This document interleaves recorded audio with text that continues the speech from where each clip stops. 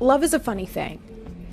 It doesn't always show up when you want it to or when you ask for it. It doesn't give you a warning or a precursor to the feelings and the emotions that are going to run rampant through your body the moment it happens. Love appears out of nowhere, and it comes in very unlikely packages. For me, I know for a fact that I've been in love 3 times in my entire life. Several weeks ago, I introduced you to a person in my life who was the first woman that I ever loved. And the tumultuous, 3-year on-again, off-again situationship that we had that basically defined my early 20s was the first real time that I'd ever knew what love songs were about. What those romantic comedies that everyone watches and gushes over, what those were really about. And today, I am going to continue that story with part 2 of the one with my first love. We left last time with the first time that Jersey Girl and I consummated our relationship, and how after that moment, she asked if I would be willing to have an open situation with her, where we dated, went on dates, did things girlfriends do, but that she was not just going to be doing those things with me, that she was also going to be dating other people. As ironic as it sounds, I was not as open-minded as I am today. I did not believe in open relationships. I didn't believe in non-monogamous relationships. I was a true monogamist. I was 22. I was under the impression that you could only have one partner at a time. And if you had more than one, you were dirty. Or you were just looking for an excuse to cheat. There was no valid explanation to me as to why a person needed more than one partner. If that one person wasn't enough, then that wasn't the right person for you. I was under the disillusion, that there was one person out there for every person that would have everything that person needed. And in the case of me and Jersey Girl, I thought that I could encompass everything that she wanted. Unfortunately, I couldn't. So after agreeing to a non-monogamous relationship with Jersey Girl, I should say a one-sided non-monogamous relationship, because I was being monogamous. I was doing girlfriend things. I was in girlfriend mode. Whatever it is that she needed, time, attention, anything, I gave it to her. She could have been in a bind and I would have jumped at the chance to help her. Didn't matter that she lived almost 2 hours away from me. I was there. So a couple of weeks had passed and, we had seen each other whenever we could. She would constantly drive to Philly when she got done work or in the early morning and see me before she went home. We would go out at night and go to clubs and bars and do the after hours. She would pull up, we would smoke and drink and just talk for hours. And the sex was amazing. It was fucking phenomenal. Like top tier. Like I feel like only her and my now wife are the only 2 people that I think have ever genuinely made me enjoy sex. Prior to her, I was not a sexual being. Like I didn't mind hooking up. I didn't mind it. Like it was fun. It was something to do, but I never really enjoyed it until I got with her. And then the sex was just so phenomenal that I just was obsessed. Like I couldn't get enough. I would literally, and I used to have some real pussy powers back then, because homegirl would be at home in bed, getting ready to go to sleep, and I would say, oh, I want to see you, and she'd drive in the middle of the night from Jersey to Philly and come see me. I don't think I got them type of powers no more, but at the time I did. So as the weeks went on and weeks turned into months, we had really begun to basically spend all of our free time together. But I knew that I wasn't the only person she was talking to. And I've always been a very jealous person. And I feel like at the course of it, this relationship was where my real insecurities came from, with the idea of non-monogamous relationships. Because I was always so afraid of her finding somebody else that could do all of the things that I couldn't do, I started to lie. I started to pretend. And when she asked me about certain things, I would lie and say yes. Did I know how to do this? Did I know how to do that? Was I into this type of stuff? Because I thought that that's what she wanted. I lied and said I did. And that was where the real unraveling started. You can only lie but so much to someone that you spend all of your free time with, because then the lies start to unravel. And that was always my mistake. I didn't look at it as lying. I looked at it as pretending. I was an actor by trade. I did community theater and was a theater major in high school and in college. So I just looked at it like I was becoming a person, another character, because I thought that was the only way to keep this person with me, to keep their attention. And if the only thing stopping her from going to so-and-so's house instead of coming to mine, if there was one thing that I could say or do that would kind of manipulate her enough to bring her to me instead, I just wanted all of her time. And I knew I couldn't have it unless I bended the truth a little bit.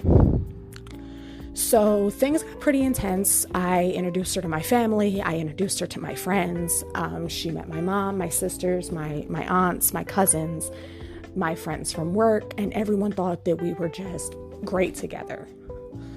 Everyone thought we fit,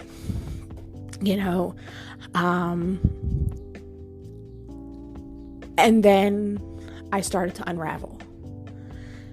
As I told you before, I lied about a lot of things when me and her got together and when we got more serious, because I wanted her to choose me instead of other people. And what happened was as time was going on, the lies started to come undone and I didn't know how to fix them. Naturally, when you lie enough to somebody, they can't trust you anymore. And after about 2 months of us seeing each other and spending basically all of our time together, I was confronted. And I didn't know what to do. She had basically found out that I had lied about a couple of things that I had said over the course of the time that we were together. And she wanted to know why.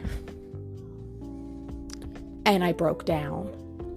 I distinctly remember this day like it was yesterday, because it was literally one of the biggest regrets of my entire life.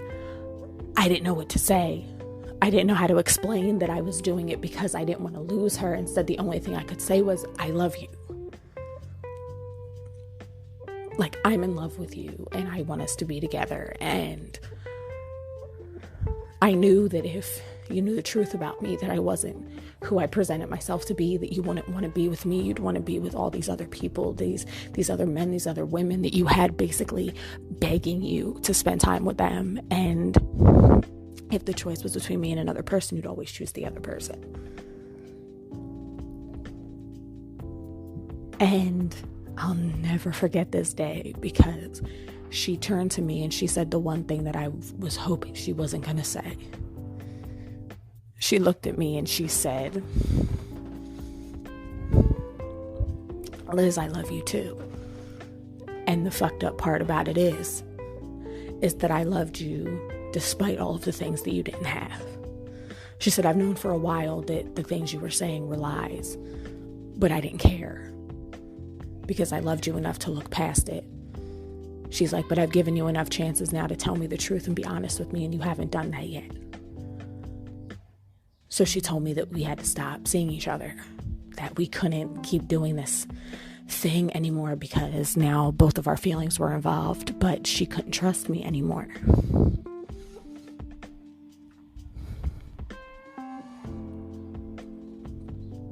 It was funny, a couple hours earlier, I had given her this necklace that my grandma had given me when I was a kid, and it was like my initial, and I'd given it to her, and I said, I wanted you to have it because I said that the only person I ever wanted to wear this was the person who I loved, the person that I wanted to be with, and I want that person to be you. So she said, do you want your necklace back? And I said, no, I want you to keep it.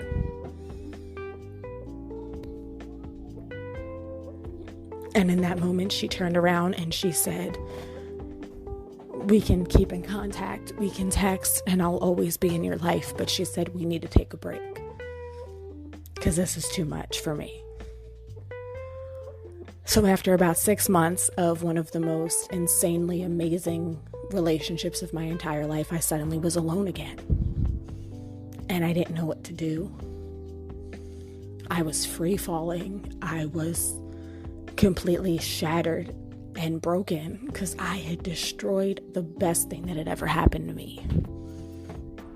A couple of months had passed, and it was my birthday weekend.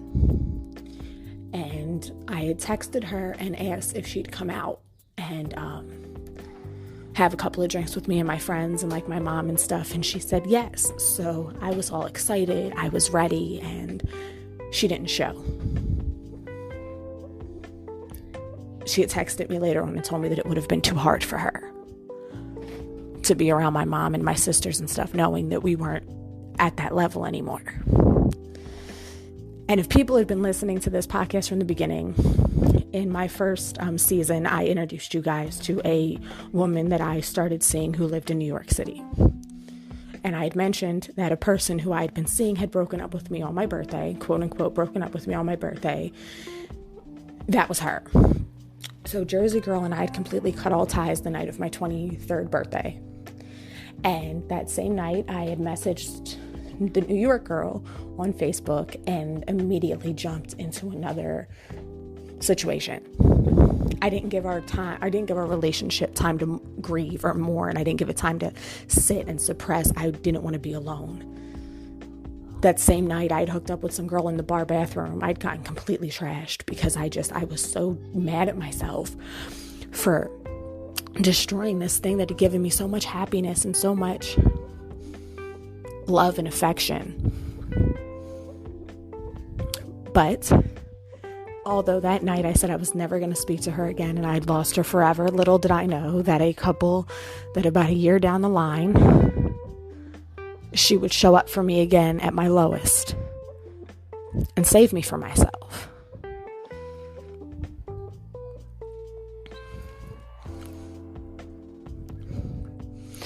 But that's a story for another day. So, ladies and gents, I leave you with this. As every episode has previously shown, I try to give the silver lining to every story that I tell. And in this case, I leave you with this. The first person you ever love is going to put you through the ringer. It's going to hurt you in ways you never thought possible. It's going to make you question everything about yourself. It's going to make you want to change who you are. But as I learned in no uncertain terms, sometimes a person who genuinely loves you will accept you for who you are and you won't have to change. And maybe if I had put that into more consideration when I met Jersey Girl, I wouldn't have lost her the way that I did.